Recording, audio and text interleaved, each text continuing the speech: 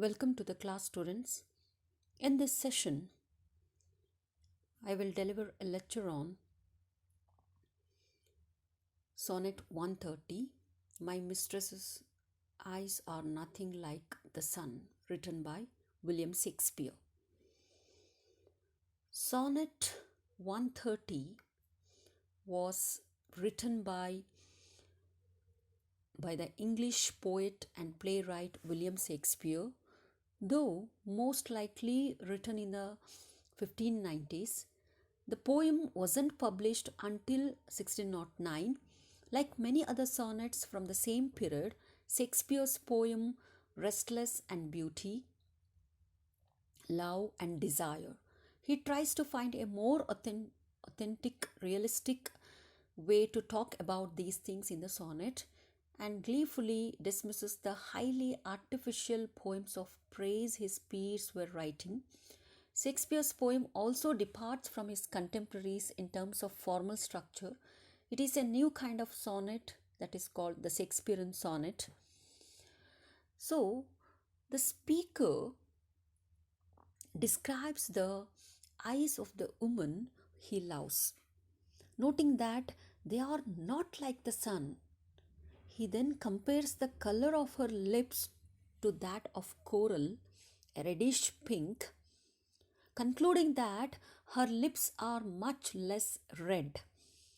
Next, he compares her breast to the whiteness of snow. His lover's skin, in contrast, is a dull grey. He suggests that his lover's hair is like black wires. Then he notes that he has seen roses that blend together pink and white, hues like a lush embroidered fabric, but that his lover's cheeks lack such colors, they are not rosy pink. He then notes that some perfumes smell better than the breath his wife exhales. He loves to listen to her talk, but he understands that music sounds better. Though the speaker admits that he has never seen a goddess move, he is still sure that his lover moves like an ordinary person, simply walking on the ground.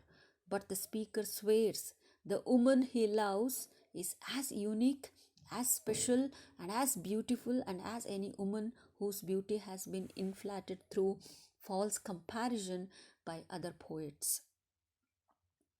So, in Sonnet 130, the speaker unfavorably compares his lover's body to a series of beautiful things, implying that she is less beautiful than the sun, snow, roses, and a goddess, etc. Ultimately, the speaker concludes that even if his mistress cannot be credibly compared to the typical imagery of love poems, his love is still real and valuable, and his mistress is still beautiful. In this way, Shakespeare suggests that love and beauty should not be understood through abstract comparisons, but rather should be valued for being real and flawed.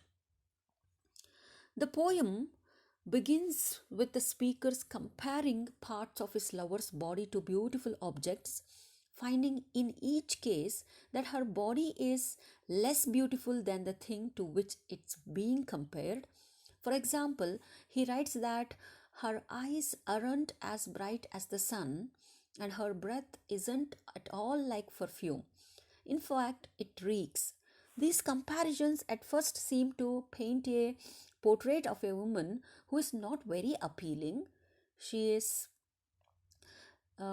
lackluster in comparison to the beauty of roses, snow, or music, which implies that the speaker might be able to find more beauty and pleasure in the everyday things that surround him than in the woman he loves.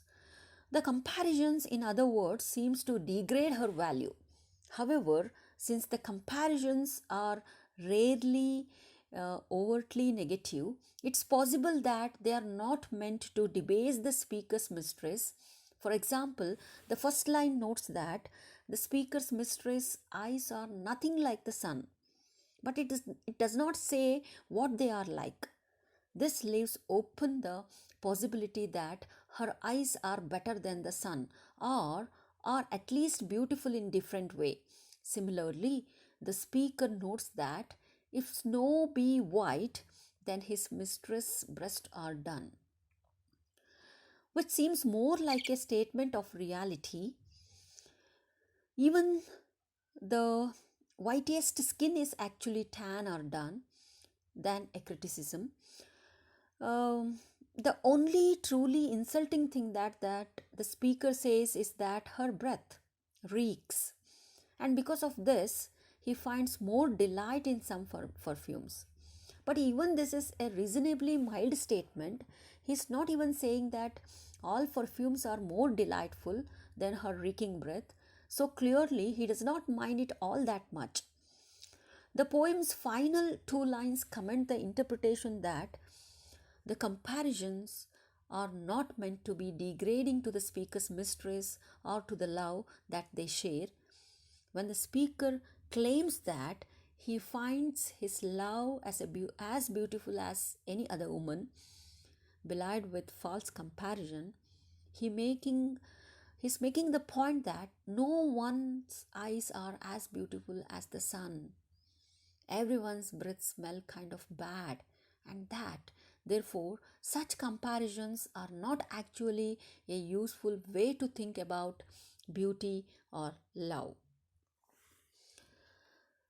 So in line number 9 and 10 of sonnet 130, the speaker notes that even though music has a far more pleasing sound than his mistress' voice, that he nonetheless love to hear her speak, loves to hear her speak.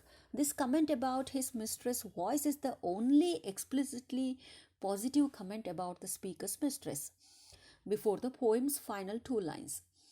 And it is possible to argue that it points to another broader point about love within the poem, that one should love personality more than looks.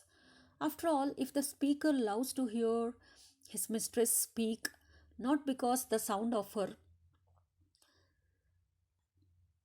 not because the sound of her voice is as beautiful as music, it's not, then it is reasonable to assume that part of the reason that he loves to hear her speak is because of the content of what she says. In other words, the speaker cares about what she is saying, not about the more superficial question of whether her voice is musical enough. And yet, overall, even as the poem rejects superficiality and asks the reader to think of love and beauty as inherently imperfect but still rare and valuable, the poem can only be said to be partially successful in this critique. After all, the majority of the poem is still comprised of superficial comparisons, and even if they are included for the humorous and satirical effect of mocking traditional love poetry and its impossible comparisons, readers of this poem still um, don't learn anything about the speaker's mistress that isn't superficial. So, the first line of sonnet uh, 130 establishes the poem's broad themes as well as its stylistic pattern. There is a parody of traditional content of the sonnet and exposes its hyperbolic promises. So the line is single declarative sentences. The lines is almost a simile, which you can see in the first line of the poem. So, at the time of Shakespeare, this conventional genre had grown stale and clipped. It appeals more to the lower class. So, in conclusion, in conclusion, one can also understand that the poem such that the speaker is not simply using the symbol of uh, whiteness against which to negatively compare his mistress. In this alternate reading, it is possible to see the speaker as actually questioning whiteness as a meaningful symbol against which to compare any human. So, in conclusion, the poem invokes its symbols in order to show how the purity and simplicity of the symbols make them ineffective as tools to describe or measure humans or human loves. Thank you very much for listening.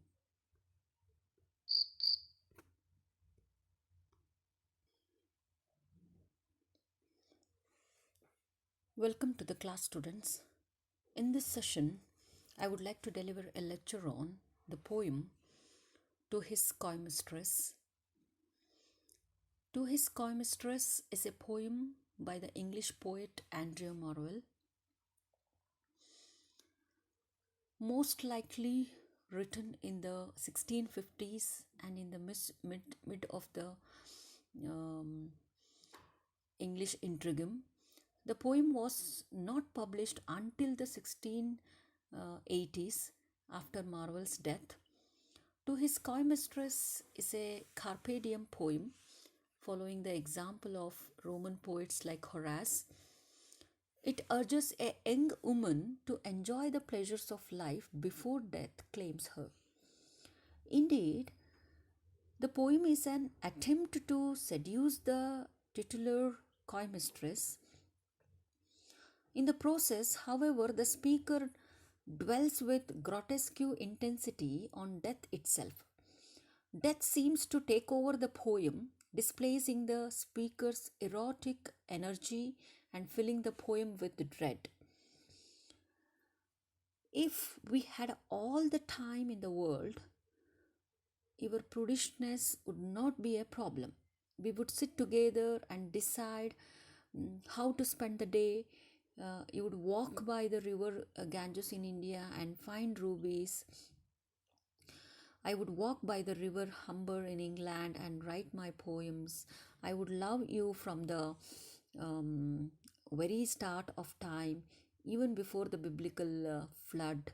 You could refuse to consummate our relationship all the way until the apocalypse. Uh, so these are uh, the lines where uh, the poet celebrates beauty, youth, and sexual pleasure. However, the speaker of the poem is haunted by mortality, though he imagines a luxuriously slow love that takes thousands of years to reach consummation.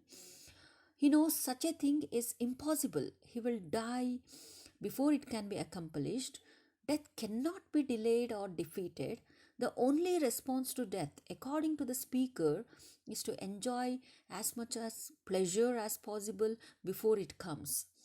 He urges the woman he loves not to wait, to enjoy the pleasures of life without restraint.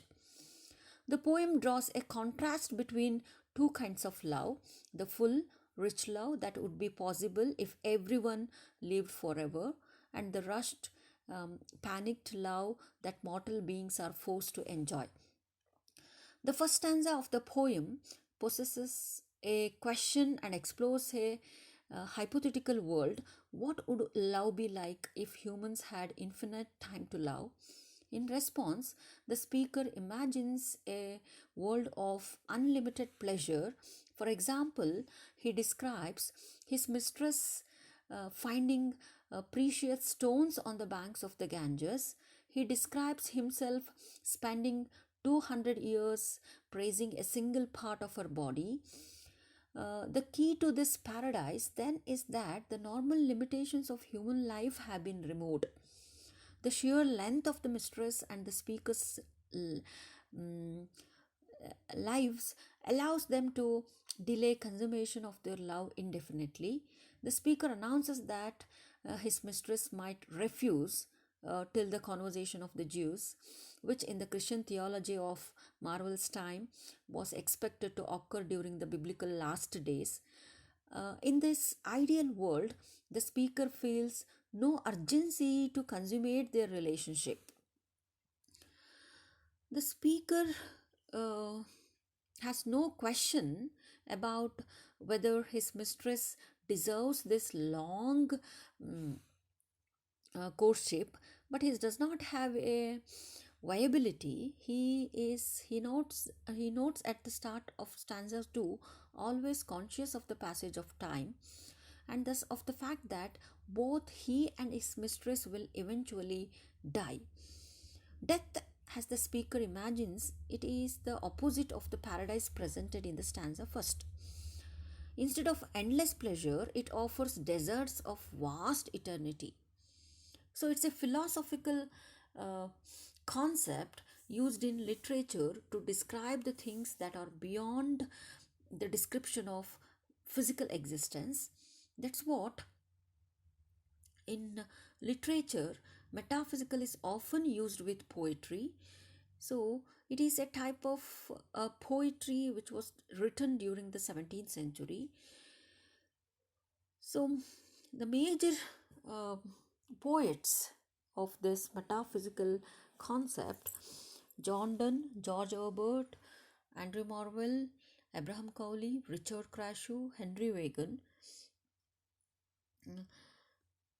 And the metaphysical poetry exaggerate often outlandish imagery, use of scientific, literary jargon or imagery, use of metaphysical conceits, use of paradoxes and puns, and highly intellectualized.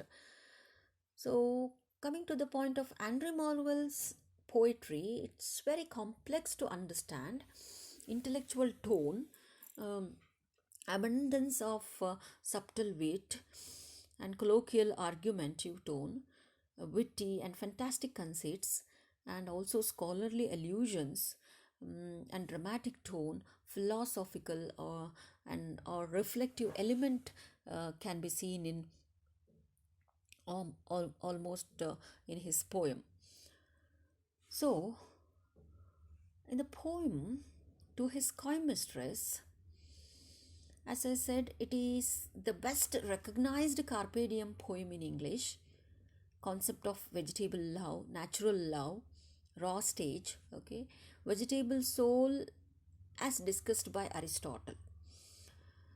So the poem, in the first two lines of To His Coy Mistress, the poem establishes its form and its central concern.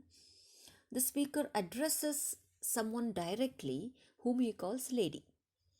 This introduces one of the poem's keys, advice, or key devices, apostrophe. The rest of the poem will be an apostrophic address to the lady. His tone is very familiar, teasing, and also a bit stern. Though the speaker seems to know the lady well, he nonetheless disapproves of her choices and wants to convince her to change, to live differently. The lady that the speaker addresses is the same woman mentioned in the title, his coy mistress. The word mistress means something different now than it did in Marvell's time. Though contemporary speakers use the word to describe a woman who has an affair with a married man, Marvell uses the word in a much more general sense. It simply describes a woman who holds authority of some kind, such as female head of household. The reader may wonder what authority the mistress of Marvell's poems hold. It is a tricky question to answer because the poem does not tell its readers much about her. In fact, at most, the reader knows that she is coy, she is flirtatious, but she has refused the speaker's advances. The speaker begins the poem by reproaching her for doing so. He emphasizes, though, that her delay is not a crime in of itself. If the two had world enough and time, it would be perfectly acceptable. In other words, if both the speaker and the mistress were immortal, then the mistress could flirt and delay as long as she wanted to. But the speaker implies, since they are not immortal, Since they can and will die, perhaps soon it is a crime to delay, to flirt, as the mistress has seemingly done in the past. The first two lines stand as a formal unit. Each line is in flawless iambic tetrameter, and the lines rhyme with each other in an AA scheme. Further, the first line introduces a thought which the second line completes. This establishes a pattern for the poem.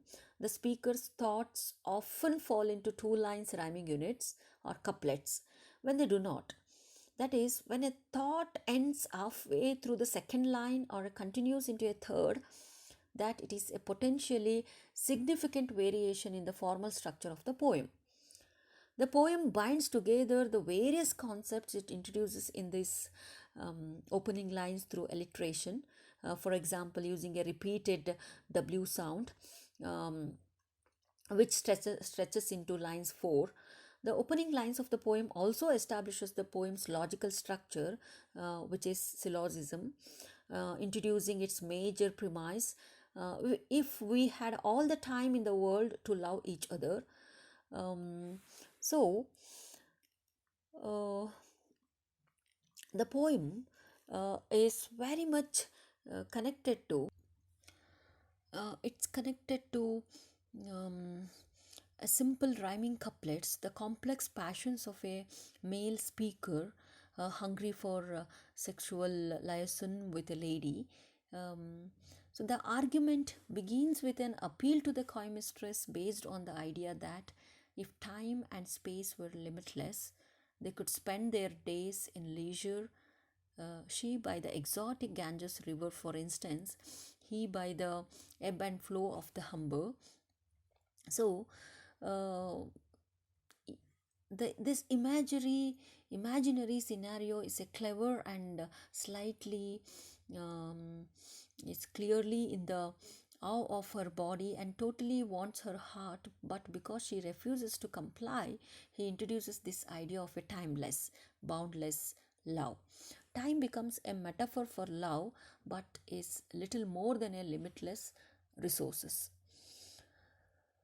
So, the speaker's tone starts to alter, becoming more serious. The future isn't that bright, her beauty will be lost in the sands of time. Even worse, when she is dead and buried, only the worms will experience what he presently longs for. What a challenging image. And there are some who think quaint honor is an obscure reference to the female private parts. Uh, he too will perish, consumed by his own passion, nothing but a pile of ash. The last couplet of this section is perhaps the most quoted and puts a seal on the message, uh, let's make love while we are still alive. The final part of this poem concentrates on the rational summing up of what's gone before. If you note the first two words, now therefore, it is as if the speaker is saying, look, I have given you two quite valid reasons for you to uh, uh, love. Consequently, this final effort will make you see sense. So never has an you know the speaker has clearly thrown out the fantasies and wishes of the previous scenes. um, it's gonna space and time and death in their place is all consuming present. The emphasis is on the physical skin spot roll and tear, the language being with aggression and forceful energy. So as the lines progresses, the intensity increases. Some think the poet is using the symbols of alchemy to express the deep lying sexual chemistry implied in the second unusual image, that of a ball of sweetness to signifying a union of maid and male and female. Uh, the iron gets could well be the barrier, the threshold through which the speaker wishes to embrace. Um, so, this poem to his coy mistress is a 46 line single stanza split into three sections. Some modern versions available um, in three distinct stanzas, but the original is indeed one stanza with intended lines at 21 and 33. So, in conclusion, this poem uh, um, implied or its focus on uh, the love, uh, the love towards the uh, lover, and there is a message: let's make love while we are still alive. Thank you very much for listening.